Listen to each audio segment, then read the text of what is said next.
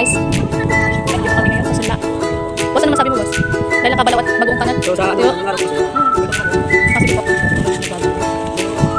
Anong masabi mo? Ano masabi mo? Grabe. Grabe. Sa amoy. Last bite guys sa hangin. Kaliwan na. Dikit-dikit sa balat. Ano sabi mo, kuya? Sa ano, simi ng hangin.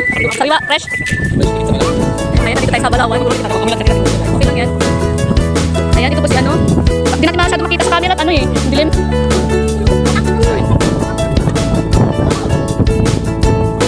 Hi ka, Lanto. Say hi. Say hi ka. Anong masasabi mo ate dahil napakaganda mo? Ay, sorry.